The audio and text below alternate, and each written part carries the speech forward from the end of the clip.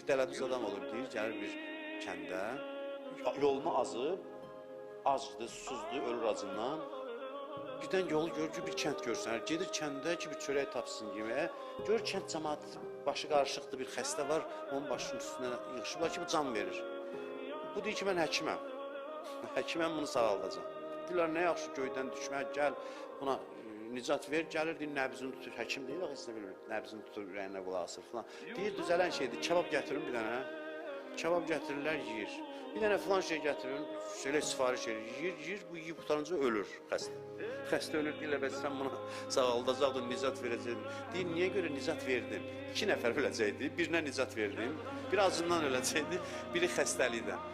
Özümə nicat verdim, bu da indi getməliydi.